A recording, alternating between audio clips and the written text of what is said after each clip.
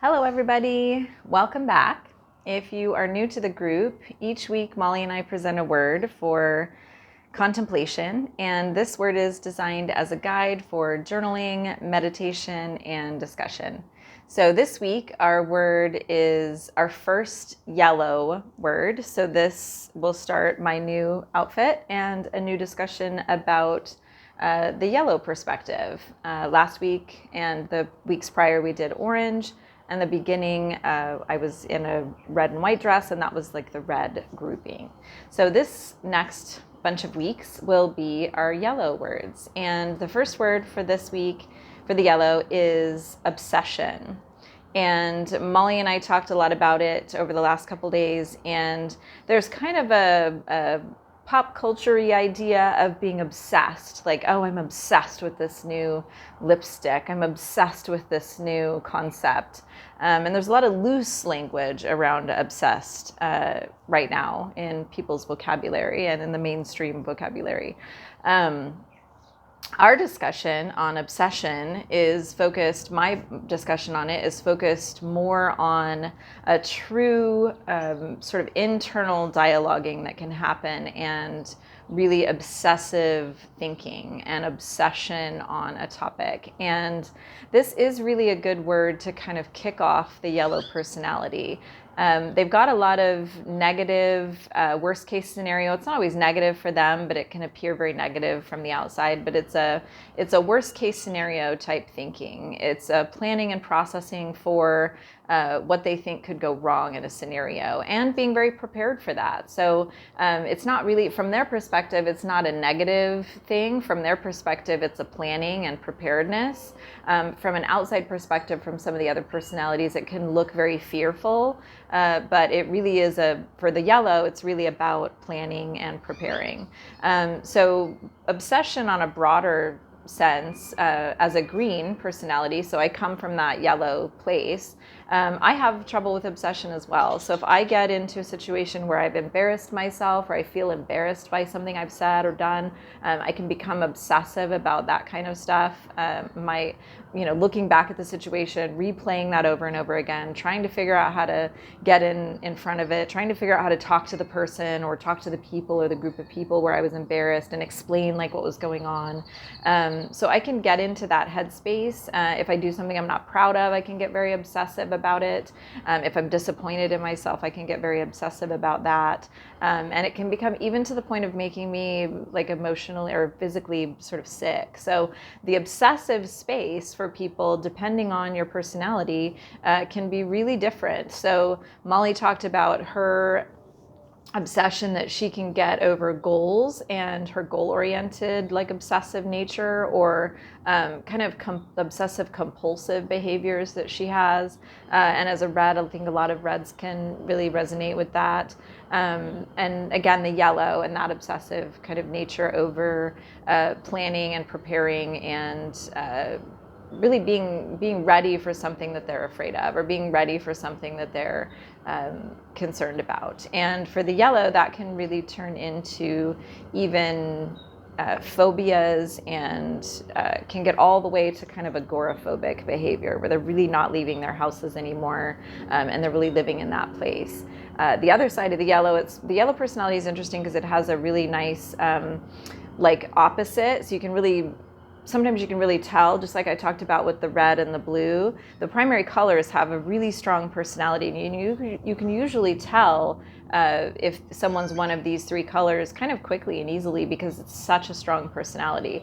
And the red is very rooted in their personality. The blue is as well. The yellow has kind of a opposing things that come up for them, like an opposing sort of personality functioning that comes up. So they're either very, very fearful and can be very reclusive, or they're very risk, they like a calculated risk. So you can also find yellows in the world that are downhill competitive skiers, deep sea divers, skydivers, just very extreme sport type of people. But again, these are very calculated risks. This isn't a risk like someone who's just being risky, jumping off of a roof into a pool or something without thinking about it. This isn't a person who enjoys the thrill. This is a person who's very calculated in their risk taking and does enjoy the thrill of it if it's a calculated risk. So like my brother is a yellow, for example, and he was a skydiver for most of his young life, and he took his safety very seriously and always packed his own parachutes. He wouldn't allow someone else to pack his parachute. And that's a pretty big deal in the parachute community. A lot of people who are going out, someone else is packing that. But when you're this kind of personality, when risk assessment and risk mitigation is a huge deal for you, you'll do things like that, where you're like packing your own parachute I think it's a good analogy for how the yellows feel about risk. As far as obsessive thinking for the rest of us, Molly wrote a comment on her post in our group about obsession, and I would encourage you to read that comment. It gave a really step-by-step process of how she handles obsession, how she handles obsessive thinking, what she can do to snap her mind out of it, and activities that you can do that might help you if you struggle with that.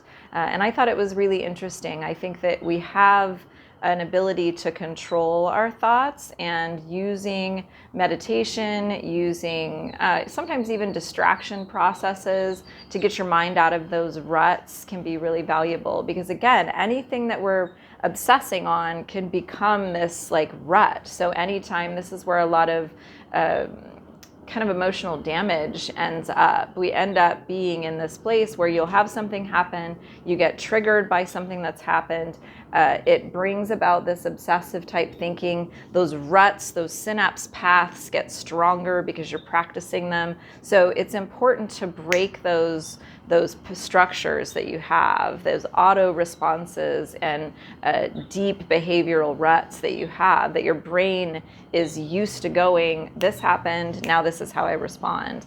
And breaking those cycles, breaking those patterns can be very, very valuable and can be very good for healing. And now this is different than just pushing something down and not dealing with it. This is really looking at something that happened, realizing your triggers, breathing through those triggers, deep breathing into that, meditation practices, physical practices that can help you get through those things and redirect your mind into a healthier path. So really understanding that processing emotional trauma and stress and grief and loss can be done, but it is something that you have to practice. It is something that you have to work toward. And taking like a 10 count of breath when you're upset, refocusing your mind, talking to trusted people, talking to a counselor, someone in your life that you can reframe some of these things that have happened to you, maybe looking at why that happened, what kind of damage did the person have maybe that you had this interaction with, looking at how you responded based on your prior experiences and your personality, and really processing some of those things so that you can change the frame in which you look at things, so that you can heal some of those wounds, so you can break some of those obsessive cycles and move forward in a healthier manner, and have tools so that when something arises again, when something happens, you have a way to process that so that it doesn't become this deep underlying issue that will pop up more and more and more in your life as you age and as you have experiences. So obsession, I think, is a really important thing to think about, and a really important aspect of life that can derail a lot of us if we're stuck in that kind of thinking, and even go so far as to make us ill, physically ill, because your brain is very powerful and your train of thought has a huge impact on your immune system, your physical health, your ability to fight disease, your ability to process nutrients. Your mind is very powerful, and when it's calm, when it's not in a fight or flight state, when you have control over your mind and your thinking, and that auto response system, more control. We can't always all have all control. We are human. So when you have more control or an ability to come back from it, then you have a lot of power over your life. And that kind of power has a magnetism. And we can get even the opposite, where people can be obsessed with you and the light and the joy and the peace that you bring. So there's all kinds of ways to look at this word obsession. The lighthearted thing that's going on right now in our language, where you can be obsessed with something and it's this sort of lighthearted, fun thing that just means you're enthusiastic, all the way down to obsessive thinking that can really derail you. So this is another nice spectrum of a word, of a process. Some obsession is good. Passion when it comes to something. I'm definitely obsessed with psychology and personality theory and the IMR system, and that comes through in my life. That comes through in, I hope, these videos.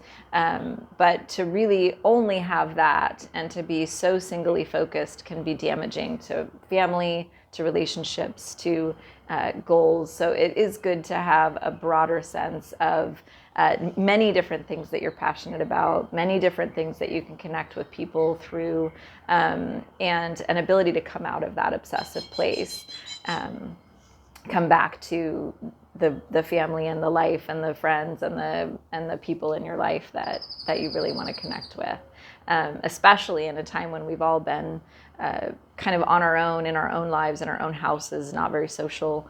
It's going to take a little time to get used to that again. So we can also become obsessive when it comes to the danger of going out into the world in a pandemic. So you have to really remember to take those first steps when you've got something that you're nervous about, whether it's an opportunity or a tough conversation or a first time that you maybe go eat out at a restaurant, outside on a patio or something. When you're coming out of this kind of situation, those little steps make a big difference. So I hope you enjoyed my conversation today about obsession, and I would love to hear your thoughts and comments on it. And thank you for showing up today.